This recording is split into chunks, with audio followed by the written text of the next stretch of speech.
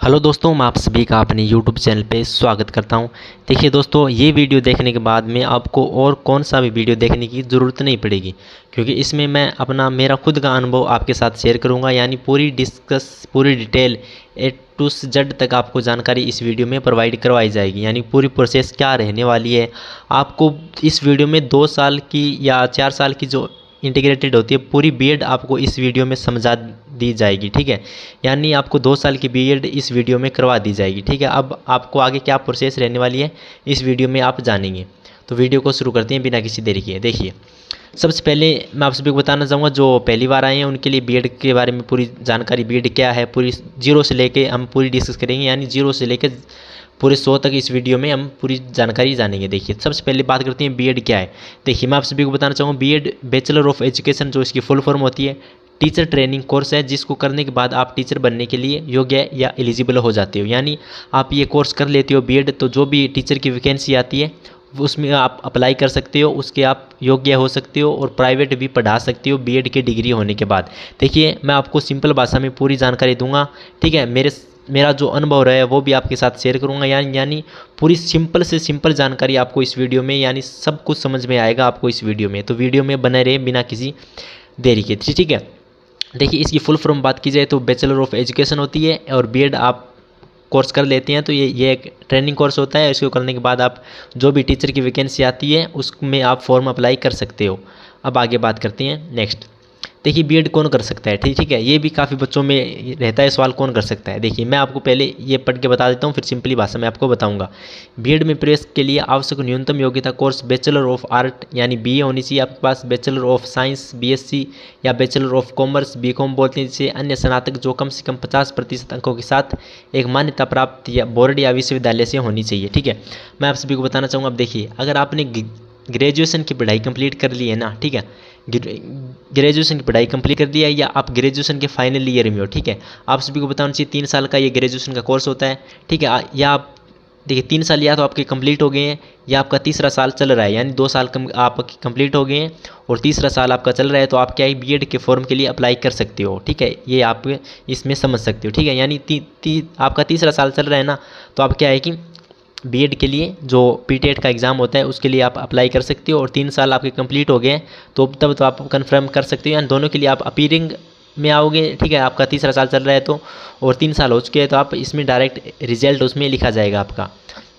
अब बात करते हैं क्लास 12th के लिए। ठीक है, आप सभी को बताना चाहिए जो इंटीग्रेटेड का भी सिस्टम अब आ चुका है। ठीक है, यानी आपको इंटीग्रेटेड में 4 साल की होती है बीए बीएड, यानी इसमें आपको बीए भी करवाई जाती है और बीएड भी पूरी कंप्लीट आपको इसमें करवाई जाती है, यानी बीए बीएड दोनों इसमें साथ में करवाई जाती है। अब देखिए, मैं आप सभी को बताना चाहूँ 12 नंबर क्लास के लिए, यानी क्लास जिसकी 12 हो चुकी है या अपीयरिंग में, बीएड में प्रवेश के लिए आवश्यक न्यूनतम योग्यता course bachelor of arts bachelor of science, ये तो ठीक है ऊपर वाला सिस्टम आ गया। ठीक है, नीचे देखिए यहाँ पर दे रखा है 12वीं के बाद का बीएड कोर्स कुल 4 वर्ष की अवधि का होता है। ठीक है, आप सभी को पता होना चाहिए, और इसी कोर्स को इंटीग्रेटेड बीएड कोर्स के नाम से जाना जाता है। यानी आप 12वीं के बाद में अगर पीटेट का एग्जाम देते हो और आपका सिलेक्शन हो जाता है तो आप क्या इंटीग्रेटेड करोगे, यानी उसमें आपके बीए भी करवाई जाएगी और बीएड भी करवाई जाएगी। देखिए, जैसे हम अगर बीए करने के बाद में बीएड करते हैं तो क्या है 2 साल की होती है, और 12वीं के बाद करते हैं तो 4 साल की होती है, क्योंकि बीए आपकी 3 साल की होगी, 2 साल की वो कुल 5 साल लगते हैं आपको। अगर आप 12वीं के बाद में करते हो तो कुल आपको 4 साल लगते हैं। ठीक है, अब देखिए यहाँ पर दे रखा है कोर्स इंटीग्रेटेड बीएड कोर्स के नाम से जाना जाता है। इंटरमीडिएट में 50% अंकों में उत्तीर्ण करने वाले विद्यार्थी को इस कोर्स में एडमिशन मिलती है। ठीक है, 50% आपके होने ही चाहिए इंटरमीडिएट में। ठीक है, अब बात करते हैं आगे। ठीक है, ये देखिए ग्रेजुएशन लेवल। अब देखिए, मैं आपसे बताना चाहूँगा, अगर आप 12वीं के बाद करते हो ना, 12वीं के बाद में ये करते हो तो अब आपका 4 साल का होता है। ठीक है, बीए बीएड, क्योंकि इसमें आपको बीए भी करवाई जाती है और बीएड भी करवाई जाती है। अगर आप ग्रेजुएशन के बाद में करते हो तो आपकी 2 साल की होती है, क्योंकि आपकी ग्रेजुएशन कंप्लीट हो चुकी, 3 साल आपके यहाँ पर लग चुके हैं, 2 साल का आपका कोर्स होगा। ठीक है, यानी आप ग्रेजुएशन के बाद करते हो तब आपकी 2 साल की होगी, और आप 12वीं के बाद करते हो तो आपकी 4 साल की होगी, क्योंकि इसमें आपको बीए भी साथ में करवाई जाती है। ठीक है, यानी बीएड हो जाएगी, इंटीग्रेटेड हो जाएगी, ये समय अवधि की बात होगी। ठीक है, यानी समझ गए आप। अब बात करते हैं कैसे करें बीएड। ठीक है, ये भी काफ़ी सवाल आता है, तो मैं आप सभी को बताना चाहूँगा पीटेट का जो ऑफिशियल नोटिफिकेशन है वो आ चुका है 2023-24 के लिए, तो आप जिसने नहीं देखा है वो जाकर देख लें। यानी आपको बीएड करने के लिए क्या करना पड़ता है, एक एंट्रेंस एग्ज़ाम होता है, यानी प्री बीएड का एग्ज़ाम देना पड़ता है। ठीक है, एंट्रेंस एग्ज़ाम होता है, ठीक है। उसमें आपको क्या है कि फॉर्म अप्लाई के लिए वो आपकी योग्यता मैंने बता दी आपको ऊपर, ठीक है। यानी उसमें क्या है, कैसे करें बीएड, उसके लिए आपको क्या है कि प्री बीएड का एग्ज़ाम देना पड़ेगा। उसमें आपका सिलेक्शन हो जाता है, ठीक है। वो सिलेक्शन मेरिट के हिसाब से होगा, वो उसके बारे में भी आगे डिस्कस करेंगे। यानी इसके लिए आप पीटेट के लिए आपको एग्ज़ाम देना पड़ता है, बीएड के लिए पीटेट का, ठीक है, पीटेट एग्ज़ाम, ठीक है। अब बात करते हैं नेक्स्ट। देखिए एग्ज़ाम डिटेल की बात करते हैं, मैं आपसे बताना चाहूँगा। जैसे आप पीटेट का एग्ज़ाम दोगे, ठीक है, आप पीटेट का एग्ज़ाम दोगे तो उसके लिए क्या है कि आपके सब्जेक्ट और टोटल मार्क्स, ठीक है। सब्जेक्ट इसमें देखिए आपको हिंदी भी आती है, इसमें इंग्लिश भी आती है, और आपकी जो शिक्षण अभिरुचि है वो भी आती है, और रीजनिंग भी आती है इसमें, और जीके भी आता है इसमें, ठीक है। ये सब्जेक्ट आते हैं। यानी कुल मिला के आपकी इसमें दो तो लैंग्वेज आ गई, हिंदी या इंग्लिश, इसमें संस्कृत भी ले सकते हो आप, और शिक्षण अभिरुचि होगी, 3 हो गया, और रीजनिंग हो गई, और जीके हो गया। ये सब्जेक्ट आते हैं। एक सब्जेक्ट आई थिंक और होता है इसमें, मैं उसका वीडियो आपको बता दूं। कुल आपका जो मार्क्स की बात की 600 नंबर का ये होता है। कितने नंबर का होता है? 600 नंबर का होता है। 600 नंबर के हिसाब से आपकी मेरिट बनती है। राजस्थान की बात कर रहा हूँ मैं, ठीक है। राजस्थान की इसमें मेन फोकस राजस्थान में एग्ज़ाम होते हैं, उसके बारे में डिस्कस करने वाले हैं, ठीक है। अब देखिए सिलेक्शन की बात करते हैं, ठीक है। सिलेक्शन आपका कैसे होगा? तो आप प्री बीएड का एग्ज़ाम दे देते हो, ठीक है। प्री बीएड का एग्ज़ाम दे देते हो। कुल 600 नंबर का ये एग्ज़ाम होता है, और 600 नंबर में आपके जितने भी नंबर आते हैं, ठीक है, 400 आ गए, 300 आ गए, 250 आ गए, उस नंबर के हिसाब से आपका सिलेक्शन होगा, ठीक है। यानी आपको कॉलेज कैसे मिलेगी? नंबर बेस्ड कॉलेज मिलेगी। यानी आपके नंबर जितने हैं उसके हिसाब से आपको प्रीफरेंस के हिसाब से मेरिट बनेगी, उसके हिसाब से आपको कॉलेज मिलेगी, ठीक है। अब बात करते हैं नेक्स्ट। देखिए एज की तो बात कीजिए, इतने कोई करते हैं, ठीक है। मैक्सिमम इसमें एज आपकी 33 साल हो तो आप क्या है कि मैक्सिमम आपकी एज 33 साल, यानी कम से कम आपकी एज बात करें तो इसमें 33 साल से जो अधिक हो जाता है वो इसके लिए अप्लाई नहीं कर सकता है, ठीक है। मेन बात ये है इसमें। अब बात करते हैं एडमिशन कैसे मिलेगी। ये देखिए ये प्रक्रिया आप समझिए पूरी डिटेल इसमें। देखिए मैं आपसे बताना चाहूँगा। देखिए एडमिशन कैसे होगा? आपको पीटेट का एग्ज़ाम देना पड़ेगा, ठीक है। पीटेट का एग्ज़ाम देने के बाद में क्या है कि आपकी जो नंबर आएंगे, नंबर के हिसाब से क्या होगी, आपकी काउंसलिंग होगी, ठीक है। इस काउंसलिंग में क्या होगा, काउंसलिंग प्रक्रिया की फ़ीस भी आपको दी, ठीक है। अगर सिलेक्शन हो जाते तो वो आगे रहती है। इसमें काउंसलिंग प्रक्रिया के लिए फ़ीस के लिए भी आपको क्या है 500 या जितने भी रुपए लगते हैं उसमें काउंसलिंग प्रक्रिया में, और जो फ़ीस है वो भी आपको वो कॉलेज यानी सेलेक्ट अलॉटमेंट होने के बाद में आपको फ़ीस देनी पड़ती है, ठीक है। अब देखिए मैं सिंपली बताता हूँ आपको। जितने आपके नंबर आए हैं, ठीक है, जिस 600 में से जितने आपके 400 नंबर आए तो उसके हिसाब से आप क्या है कि जितने भी नंबर आए आपको उसके हिसाब से काउंसलिंग प्रक्रिया में भाग लेंगे। आपको कॉलेज सेलेक्ट करने को मिलेंगे, ठीक है। आप कितने भी कॉलेज सेलेक्ट करें आपको कॉलेज सेलेक्ट करने को मिलेंगे। आप उसमें ऑल राजस्थान भी कर सकते हो, और अपने आसपास के एरिया के कॉलेज को भी आप चुन सकते हो।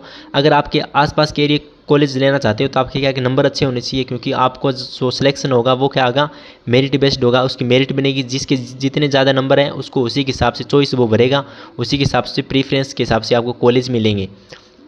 ये आप बात आपको समझ में आ गई होगी, ठीक है। एडमिशन की प्रक्रिया ये रहने वाली, कॉलेज आपको नंबरों के हिसाब से मिलेंगे, जितने ज़्यादा नंबर होंगे उतना आपको अधिक फ़ायदा रहने वाला है इसमें। अब बात करें सिलेक्टेड कैंडिडेट क्या करेंगे, ठीक है। आपका देखिए अगर आपका पीटेट के एग्ज़ाम देने के बाद में आप क्या है काउंसलिंग प्रक्रिया में भाग लेते हो, काउंसलिंग प्रक्रिया में भाग लेने के बाद में आपको क्या है कॉलेज मिल जाता है, ठीक है। कॉलेज मिल जाता है, और फीस भी पिछली बार ऑनलाइन हुई थी, इसमें आप इस बार कॉलेज में जाकर भी करवा सकते हो, और ऑनलाइन भी हो जाएगी। आगे डिटेल क्या नोटिफिकेशन आते रहेंगे, मैं आपको इस वीडियो अपने यूट्यूब चैनल पर अपलोड करता रहूँगा, आपको संपूर्ण जानकारी देता रहूँगा।